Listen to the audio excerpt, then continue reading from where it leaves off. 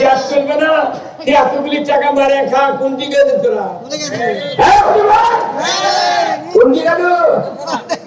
বাংলাদেশ বলে গরিব, 100 টাকা পালু কোন দিকে? কত? বাংলাদেশে যদি প্রতি বছর 1000 কোটি টাকা যদি আদায় করা হয় যাকাত সরকারের মাধ্যমে, তাহলে 1 লক্ষ গরিব মানুষ 1 লক্ষ করে টাকা দেওয়া যাবে। 20 বছর যাকাত আদায় করলে বাংলাদেশে ভিক্ষা করার মতো লোক থাকবে না। অথচ টাকা বাড়ে খাওয়ার জন্য খালি করছে গরিব মানুষ। চলে কি দিয়ে? চলে না কেন? কোটি কোটি টাকা মানুষের বাড়ির থেকে সরকারের তহবিলে যায়, কিন্তু সুস্থ বন্টন নাই, হিসাব নাই। শাসন ক্ষমতায় না থাকার কারণে আজকে দেশে অন্যায়গুলি হওয়ার কারণে মানুষের ভাগ্যের পরিবর্তন হয় না। তাহলে এই সুদ হারাম করতে গেলে 20 বছর লাগবে না, একবার সংসদ 5 বছর সুদ হারাম হবে, যাকাত আদায় হবে, ফিতরা আদায় হবে, সম্রাট টাকা আদায় হবে, ওসর আদায় হবে। আমার দেশে একজন দুঃখী বাঙালি গরিব থাকবে না। অথচ আল্লাহ কোরআনে বলছেন আকিমুস সালাত ওয়া আতুজ যাকাত, গরিব ঠিক কিনা? যাকাত চালু করো, নামাজ কায়েম করো, কিন্তু আমার দেশে মানুষের পেটে ক্ষুধা খাবার নাই। আজকে ফেসবুকে দেখলাম ঢাকার রাস্তায় ভেপু দিয়ে গরিবের সিএনজি, গরিবের ইজি বাইক ভেপু দিয়ে ভেঙে দিচ্ছে। ভাই ঢাকে দে আজকে কিন্তু গরিব মাঝে রিক্সা ভেঙে গেছে। তুই ভাই যাকে 10 টাকা করে মাইক করে আছে, কার আছে সেগুলো ভাই, কিন্তু গরিবের পেটে যাত্রী দিচ্ছে। যত আইন দুর্বলের উপর। বাংলাদেশে এত রাস্তার যানজটের কারণে এইরকম ভাঙিয়ে দিচ্ছে। রাস্তার যানজটের একমাত্র কারণ হলো সরকারকে আল্লাহ দায়িত্ব দিয়েছেন, যদি তুমি মুসলমান হও জনগণের 5টা অধিকার দিতে হবে। 1 নম্বর খাদ্যের অধিকার আদায় করতে হবে। খাদ্য, বস্ত্র, চিকিৎসা, শিক্ষা, বাসস্থান, এই 5টা মৌলিক চাহিদা সরকার যদি কায়েম করে, আমার দেশে গরিবের এত ভ্যান, ইজি বাইক, এরপরে লসিমুল, করিমুল আর সিএনজি, এত ভ্যান চালিত রাস্তার জাম কখনোই হতো না। কারণ মানুষের পেটের দায়ে সন্তান লালন পালনের কারণে তারা ক্ষতি করে যানবাহন কিনে তারা হাট বাজারে চালাচ্ছে বলে বলুন ঠিক কিনা? এইগুলির ব্যবস্থা কেউ করে না। কৃষকেরা জমি আবাদ করে, কৃষি মন্ত্রী মানুষের নিয়ে বলছো কত করে বলি? কৃষি মন্ত্রী কে? মানুষ কেউ জীবনে পানি যাবে না, ওই জীবনে পেশাব করে যাবে না। মিয়া মানুষ পেশাব করে জীবনে পাবো। প্রতিবারের কৃষি মন্ত্রী এদেশে যদি ইসলাম কোনদিন ক্ষমতায় দেয় 100 বিঘা জমি আমি দেবো আগে কৃষি মন্ত্রী। এই 100 বিঘা জমি তোমার খরচে আবাদ করবে। কান্দা কাটা, হাম দেওয়া, জমির ভীষণ ভাড়া, ভীষণ লাগা, নিড়ানি, সার, কীটনাশক দিয়া কাটার টাকা, উর্বর টাকা তুমি দিয়া 100 বিঘা জমি আবাদ করে তোমাকে দেখাতে হবে, দেখো বাংলার কৃষকেরা কেমন খাটনি করে ধান আবাদ করে। তুমি জীবনে বাড়ির নামনি, কাজে খাটনি, জমি আবাদ করনি, তুমি কিসের মূল্যের কিছু মন্ত্রী?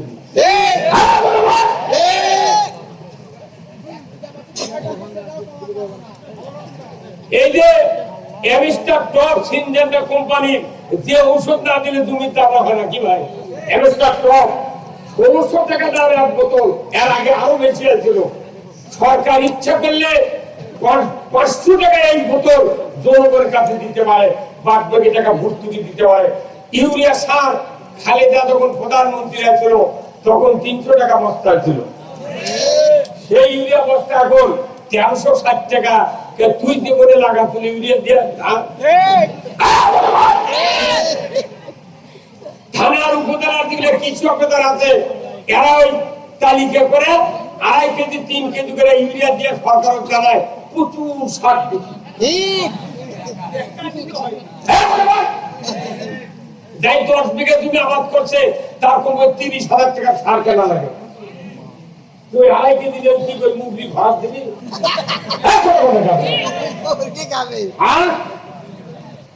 এই জন্য খালি নামাজ রোজার বক্তৃতা দিয়ে পৃথিবীতে শান্তি আসবে না।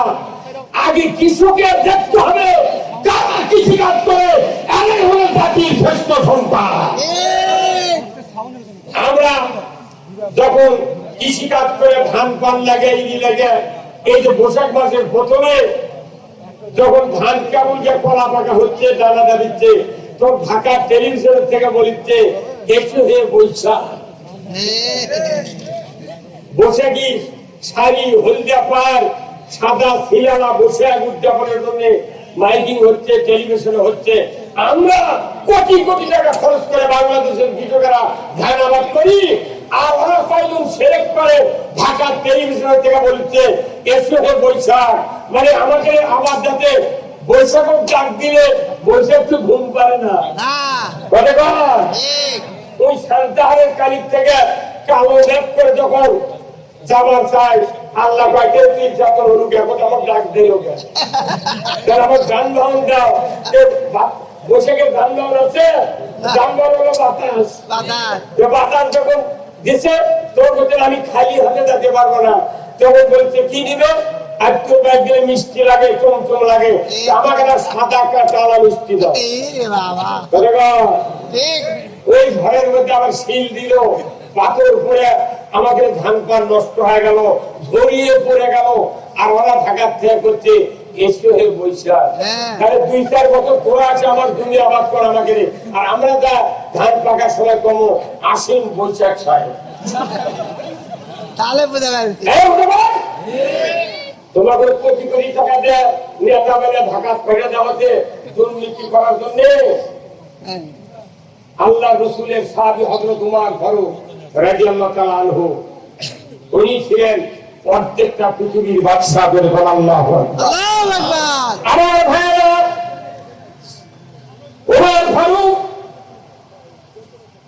আল্লাহর নবীকে কতল করার জন্য আবু জাহেলের পরামর্শ অনুযায়ী 100টি উট পুরস্কার পাবে।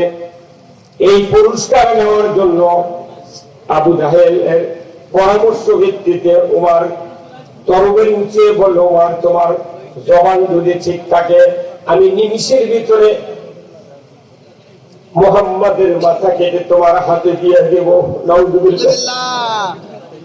আবু জাহেল বলল, উমর রে, তুমি যদি মাথাটা কাটতে পারো আমি তোমাকে পুরস্কার দেব। আমি জবান দিয়ে বলছি, তুমি মাথাটা এনে আমার হাতে দিয়ে দাও।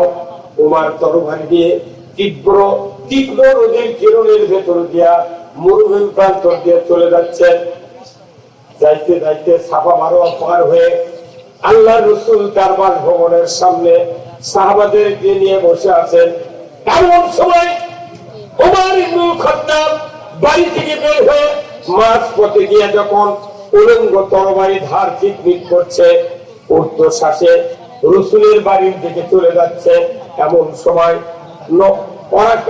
নঈম নামের একজন ব্যক্তি উমরকে ডাক দিয়ে বলে, উমর এত ঊর্ধ্বশ্বাসে ক্ষিপ্ত অবস্থায় তুমি এত তড়িঘড়ি করে কোথায় যাও? বলে আমি যাচ্ছি মুহাম্মাদের মাথাকে কাটার জন্য। নঈম বলে, উমর রে খবরদার, মাথা তো তুমি কাটতে পারবে না, বরং তো তোমার মাথাটাই বিক্রি হয়ে যাবে রসুলের পদতলে। বলি বল আল্লাহু আকবার।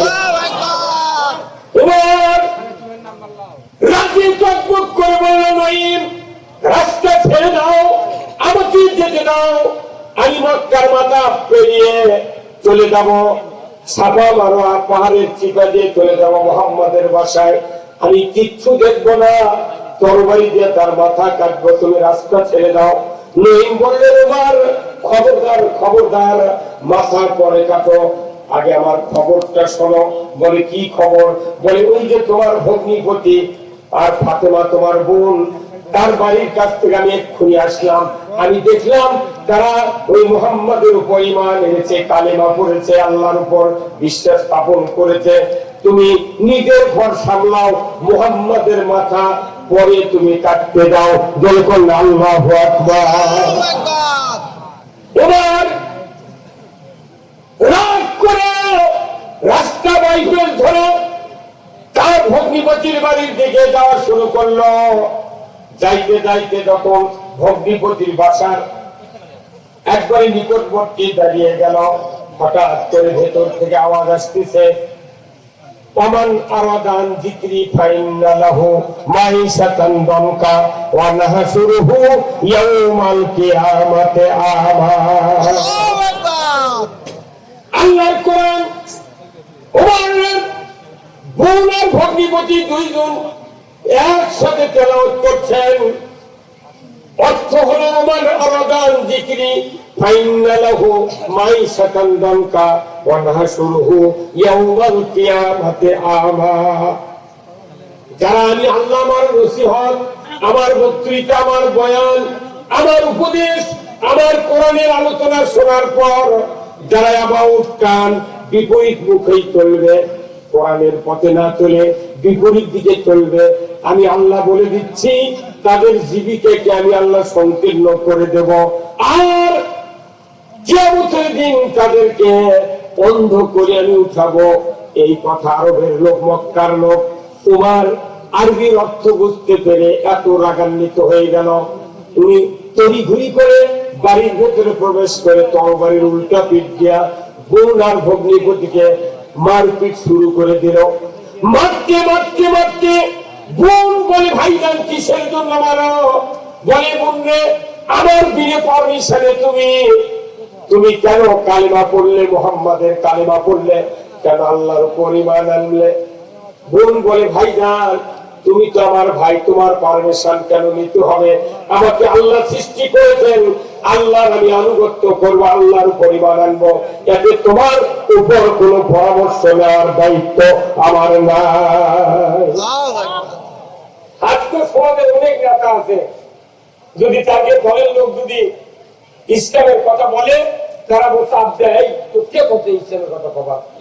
এই কথা বল না, ওই চাপের ভয়ে এখনো মানুষ ইসলামের কথা বলতে পারছে না, ভয় আছে। খালি এরা ভোটটা দিয়ে চাপের মানুষ বুঝে দিবি, ভোটের দিতে আর কি বুঝাতে পারবি? ফাটিয়ে দিবি এইবার। আমার ভাইয়েরা, ওমর রাগে ক্ষিপ্ত হয়ে এত জ্বালা শুরু হয়ে গেল, এত মারপিট শুরু করতে লাগলো, বোন অস্থির হয়ে যাচ্ছে, ভাইজান মেরো না, ভাইজান মেরো না। হঠাৎ করে তরবারির আঘাত তার ভগ্নিপতির মাথায় লেগে গেল, ফিনকি দিয়ে রক্ত বেরিয়ে যাচ্ছে। এমন সময় ফাতিমা বোন ওমরকে জড়িয়ে ধরে বলল, ভাইজান তুমি আমাকে মেরে মেরে শহীদ করে দাও, খবরদার আমার স্বামীকে তুমি মেরো না, তোমার কি দয়া হয় না? এই যে মাথা পেটে ফিনকি দিয়ে রক্ত বেরিয়ে যাচ্ছে, তোমার কি দয়া হয় না? তোমার তখনই ভগ্নিপতি রক্তর দিকে নজর করার সাথে সাথে এমন একটা মায়া আল্লাহ তাআলা সৃষ্টি করে দিলেন, ওই রক্ত দেখা মাত্রই তোমার দুর্বল হয়ে গেল। আল্লাহু আকবার। দুর্বল হওয়ার সাথে সাথে ওমরের হাত থেকে তরবারি পড়ে গেল। ওমর বলছে, বোন রে, ভুল করেছি রে বোন, আমি বুঝতে পারি নাই, তোমরা কি পড়ছিলে আমাকে দিয়ে দাও, সেই খণ্ডকে আমি তেলাওয়াত করব। বোন, আপন বোন বলছে, ভাইজান যদি তোমার হাতে খণ্ডটা দিই আমি অপরাধী হব, গুনাহগার হব, কারণ তুমি তো নাজাসাত, অপবিত্র, তুমি মুশরিক, তোমার হাতে খণ্ডটি দেওয়া যাবে না, তুমি গোসল করো, পবিত্র হও, তারপরে খণ্ডটি দেওয়া হবে। যদি কন্যা মারহাবা। সেই ফুলেরই রৌশানীতে আরজ করছি রৌশান, সেই ফুলেরই রঙ লেগে আসতে ভবন জালা, সাহারাতে ফুটল রে ফুল রঙিন গোলে লা লা, সাহারাতে ফুটল রে ফুল। জয় বাংলা বাবা। চিনে রসিক ভোমর বুলবুল সেই ফুলের ঠিকানা নাই। কেউ বলে হযরত মুহাম্মদ, কেউ বা কামলে ওয়ালা সাহারাতে ফুলের ফুল। জোরে কল্লা মারহাবা। কি ফুল মক্কাতে রাসূল ফুটালেন, সেই ফুল যার নাকি গন্ধ লাগে সে আল্লাহর রাসূলের দেওয়ানা হয়ে যায়। যখন আল্লাহু আকবার। আজকে এখানে আমার মহব্বতে আপনারা আসেন নাই, আব্দুল খালেক সৈয়দপুরি মহব্বতে আসেন নাই, এখানে মহব্বতে এসেছেন কোরআনের। দুর্বল ঠিক কিনা?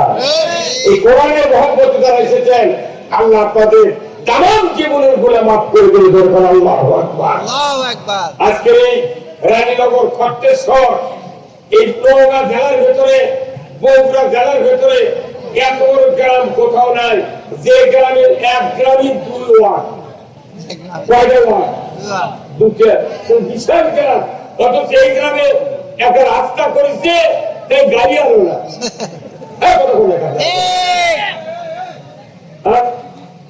এই গ্রাম কি আজ হচ্ছে না আরো মেলা দিন আগে হচ্ছে? রাস্তা করছে হেরিমু 6 ফিট ওঠা, না আসলে গাড়ি না আসলে ঘোড়া। এটাকে দামি মেয়ের বিয়ে হয় ওর হেঁটে দেয় স্কুলের ওটি গাড়ি চলা লাগে। কথা বলে ভাই, কথা বলে। আর এই যে উন্নতির জোয়ার, উন্নয়নের জোয়ার, মনে হচ্ছে 1.5 গোটা সোনার পাত দিয়ে লেপে দিবি। আর এটি গাড়ি আলো না, গাড়ি 1 কিলো দূরে রাখা লাগলো। এটা আমাদের দুঃখ। যারা রাস্তা করে তাদের বিবেক থাকা দরকার যে কমপক্ষে 8 ফিট রাস্তা হলে এই এলাকার জনগণের উপকার হবে। একটা মিনি ট্রাক চালিয়ে যাচ্ছে আসতে পারে, মোটা বালু উঠে ওই স্কুলের নামে আনে এই পরিবারগুলো বাড়ি করবার লাগলে ডবল ক্যারিং করতে মনে হচ্ছে বাপের টাকাতে খাতা করছে। আমি বলবো এই রানীনগরে যত নেতৃস্থানীয় লোকেরা আছেন, চেয়ারম্যান আছেন বা সাধারণ যারা উপজেলার সাথে যোগাযোগ করেন, অচিরেই এখন সরকার ঢালাই রাস্তা করতেছে, এটা তাড়াতাড়ি করে ধরে দিয়ে আমার মনে হয় কর্নেল সাহেব, আমাদের সভাপতি সাহেব, উনি যদি একটু উপজেলা ঘোরাঘুরি করেন, আমার মনে হয় 7 দিনের মধ্যে এই রাস্তা ঢালাই করার মতো যোগাযোগ করে দেবে। রাস্তা যদি না থাকে এখানে আসবেন উনি কিভাবে? আমি অনুরোধ করবো এই রাস্তাটা তাড়াতাড়ি ইঞ্জিনের রক্ষা করে দেন। কত কারু দেওয়া লাগে না, লেখা দিলি রাস্তা হয় রে, হিংসা করে তাই রাখে না। ঠিক কথা, হিংসা লাগে না। চারটে ইট পারে কয় উন্নত নেতার সৌজন্যে করে কাম করবো কে? এর থেকে কতখানি রাস্তা। এই রায়হান নামে একটা বক্তা, আমাদের খট্টেশ্বর একটা কৃতি সন্তান মরহুম আফসার আলী সাহেবের ছেলে, এই পুরো বাংলাদেশ ঘুরে বেড়ায়। ঠিক, আল্লাহ কি কুদরত দেখেছেন? এমনি গল্প করার লাগলে কথা একটা করতে করতে 5 মিনিট লাগে। আজকে দেয় আর যখন বক্তৃতার দেয় মাইক ফাটে দেয়। এটা আল্লাহর কুদরত। ঠিক, কত শিক্ষিত লোক, কত জবান ভালো আলালো বুঝতে হয়ে যাচ্ছে, কথা বলতে পারে না। আর রায়হান পুরো বাংলাদেশ টেকনাফ থেকে তিতুলিয়া, সুন্দরবন থেকে পাথুরিয়া পর্যন্ত খালি থাকিয়া ফেলে দিচ্ছে। আমি এই গ্রামে অনেকদিন আগে আসছিলাম, ওই দিন ওই কালভার দিয়ে ঢুকছিলাম, ওই যে উপজেলার পূর্বে একটা কালভারের রাস্তা আছে, তো এই গ্রাম কোনো বিছনা বিক্রি হচ্ছিল আগে খুব। এখন কি বিছনা ব্যবসায়ী আছে? এইবার আমি ঘুরে যাচ্ছি চকা দিন যে ধরনের মাদ্রাসার কাজ দিয়ে। আপনারা যারা এই মাহফিলে বসে আছেন, এই মাহফিলে বসাটা আল্লাহ যেন কবুল করে ধরে বলানি। আল্লাহ কবুল করবেন তখনই যখন আপনাদের নামাজ 5 ওয়াক্ত আদায় হবে। আল্লাহর কাছে সাহায্য পেতে হবে, আল্লাহ তুমি আমাকে দুনিয়ার শান্তি আখিরাতের মুক্তি দাও। কিন্তু তাই এই সাহায্য চাইতে গেলে 2টা জিনিস লাগবে, একটা লাগবে নামাজ আর একটা লাগবে ধৈর্য। বাংলাদেশে নামাজই নাই, বেনামাজি বেশি। চারটি কারণে মানুষ জাহান্নামে যাবে, সাকার নামক জাহান্নামে যাবে। কয়টি কারণ? এক নম্বর হলো যারা নামাজ কায়েম করবে না, ওয়ালান্নাকুম মিনাল মুসাল্লিন, যারা দুনিয়াতে নামাজি হবে না, মুসল্লি হবে না, তারা জাহান্নামে যাবে। কার কথা? আল্লাহ। দুই নম্বর হলো ওয়ালান্নাকুম নুতিমুল মিসকিন, মিসকিনের ব্যাপারে যারা ভূক্ষেপ করবে না। বলুন তো যাকাতের দেশে কি চালু আছে? না। হ্যাঁ, যাকাত চালু আছে? চালু নাই। সামরাত থেকে গরিবের হক, কার হক? গরিবের হক। বাংলাদেশে আমার এই জীবনে আজ থেকে 25 বছর আগে কুরবানি দিছি 3700 টাকা একটা গাভী কিনে। তখন এক গাভীর চামড়া বেচেছি 2500 টাকা দিয়ে। আর এখন 1.5 লাখ টাকার গরুর চামড়া 300 টাকা। কুরবানি প্রতি বছর হয়, কোটি কোটি পশু জব হয়, কিন্তু চামড়ার টাকা গরিবেরা পায় না। যখনই কুরবানি আসে দেখবেন ঢাকার থেকে ট্যানারির মালিকেরা কবি ট্যানারি খারাপ, এবার চামড়ার দাম নেই। এই হুই তুলে একটা করে চামড়া 300 টাকা একবার দাম কবি, কারা কারা আসবে না, পরে চামড়া মাংনা দেওয়া লাগে। গতবার কুরবানির দিন আমি চামড়া একটা ছিল আমার নিজের বাড়িতে গরু 4.5 গুণ গোস্ত আছে, সেই চামড়া 300 টাকা কত চামড়া ব্যবসায়ী ওই যে কয়া গেছে বেলা জুমা বলতে আর আসেন। আমি বিপদ করে গেলাম, কর্নেল ভাই বিপদ করে যাচ্ছি, চামড়া তো আমরা খাবারও পারবো না। আমার মাদ্রাসা কি করি, আমার বিয়ে কোনো গোস্ত দিবে রাখছিল যে ভাই চামড়াটা আপনি ভাগত করে নিয়ে যান, অমুক মাদ্রাসা তৈপুর মাদ্রাসা দেন, সেই মাদ্রাসা দিতে রাত্রে, ওই রাত্রে হুন্ডার করে মৌলবি নিয়ে যান, কড়ির হাটত বেশিছে 700 টাকা দিয়ে। উনি আবার বেশিছে সকালবেলা বৌরে দত্তবাড়ি চামড়ার আড়ত বেশিছে 1250 টাকা দিয়ে। উনি আবার বেশিছে ওর থেকে নাম্বার নিয়ে আমি আবার যোগাযোগ করে দেখি, উনি আবার বেশিছে 1750 টাকা দিয়ে। একই চামড়া 300 কয়ালে আইনি, বৌরে থেকে ঢাকার বাড়ি গেছে 1700। উনি বেশিছে কার কাছে, আর আমার নাম্বার দেয়নি, যোগাযোগ করিনি। একটা চামড়ার বড় পাখির কাছে আমি বললাম ভাই ওই চামড়া কোনটি নিয়ে যায়, ওই চলে যায় ভারতে। ভারত ছাড়া চামড়া পাকাকরণের মেশিন বাংলাদেশ নয়, মুসলিম রাষ্ট্রের কাছে একটা চামড়া পাকা করার মেশিন নাই। চামড়া পাকা করার জন্য ওই চামড়া 3200 টাকা দিয়ে বেঁচেছে, ঝিলানি করার পর লবণ দিয়ে। এই চামড়া ভারত থেকে পাকা হয়ে আছে, বাটা কোম্পানি পায় পায় শো কোম্পানির কাছে 10,500 টাকা দিয়ে চামড়া বেছে। আর কাল্লার চামড়া দিয়ে 6 জোড়া স্যান্ডেল তৈরি হয়, 499 টাকা করে দাম এক একটা স্যান্ডেল। এই ভগবান, গোটা গরুর চামড়া থাকে, এক একটা শো অরিজিনাল চামড়া দিয়ে যদি কিনবার দাম 10,000 টাকা লাগে বাটা কোম্পানির জুতো। তাহলে একটা গরুর পুরো পেট পিঠের চামড়া দিয়ে কমপক্ষে 6 জোড়া নয় 16 জোড়া জুতো হবে। এগুলো টাকা ধনীকের কাজের যাচ্ছে, আর গরিব করছে 300 টাকা দাম হচ্ছে গরুর চামড়া, 20 টাকা হলো ভেড়ার চামড়া, 25 টাকা হলো খাসির চামড়া। গরিব যেটি টাকা পাবি সেটি টাকা নেয়। এখন ধান নামিছে, মোটা ধান বড় বড় ব্যবসায়ীরা কিনে কিনে গোডাউন রোদ দিয়ে ছুটছে। গরিবের ধান যখন ফুরাবি এরা সিন্ডিকেট করে 1800 টাকা জিরের ধান বেচছে।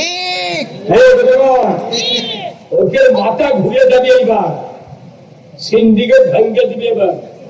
এই ঘটনাটা কোল্ড স্টোরের আলু 100 টাকা কেজি বেচিছে, এইবার বেচিস বাবা আলু এখন লিখছে না, চাচ্ছে। খালি একটা সময় দেন, সময় দেন। বাংলাদেশের গরিবেরা কৃষকেরা দেখেন এবার ধান 1400-1500, আমার ওখানে 1550 টাকা জিরের ধান। কৃষকের ধানের দাম পাবে, সারের দাম কমে যাবে। যদি কমান না হয় সরকারকে চাপ দেবো আমরা, সার কৃষকের বাড়ি বাড়ি দাম কমে পৌঁছে দাও। ঠিক। খালি না আমাদের বস্তিতে দিলে মানুষ ভালো হবে না। সার, কীটনাশক, জাকাত, চামড়া, ওষুধ এইগুলি দিয়ে মানুষকে ঘরে ঘরে শান্তি দিতে হবে। আর চুরি বন্ধের জন্য হাতকাটার আইন কায়েম করতে হবে। এই বাংলাদেশে চুরি বন্ধ হোক, হাত কাটার আইন চালু হোক। কারা কারা চান? দুহাত করে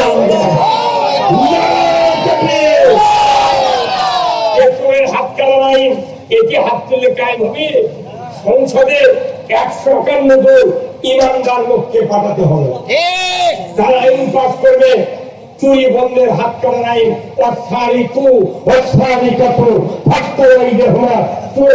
যদি ধরা পড়ে 5টা গ্যারান্টির পর হাত কেটে দাও। একটা চোরের হাত বাইতুল মুকাররমের উত্তর গেটে যদি কেটে দেওয়ার দৃশ্য ডিসেম্বরে দেখানো হতো, গরু চুরি, হুন্ডা চুরি তো দূরের কথা, মসজিদে 8 জোড়া জুতা চুরি হতো। এই কামরা পেরে থানার ওসি যখন জাসদ চুরি হয়, তখন চৌকিদারদের গ্রামক পেতে দিয়ে কর আপনার বিট পাহারা দেন। তোর এই গ্রামে 10টা গ্রুপ করে 15 জন করে রাত 10টার থেকে 3:30 পর্যন্ত বিট দিচ্ছে। যাবো যাবো, কোরআন হাদিসের কোথাও নাই এই যাবো হে যাবো, কোথাও নাই। বরঞ্চ চোরের হাত কাটার আইন কায়েম হলে ছোট ছোট চোরেরা এরপরে যে বড় চোর মানা করে দেয়, ভাই তোরা কোন চুরি করিস না, কারণ থানা তামাকের নাম আছে, তোরা চুরি করলে আমার ধরবি। ওরাই মানা করবি, খবরদার চুরি করবো না। তা না করে সারাদিন বাজারের দোকানদারি করে, রাত্রে আবার ওর বিট পাহারা দেওয়া লাগে। এই 5 মিনিটে 4 চুরের হাত যদি বাংলাদেশের কাটে 4 বছর চুরি হবে না। আর চুরির আইন পাস করে না, যারা আইন পাস করবে হয়তো বড় চোর।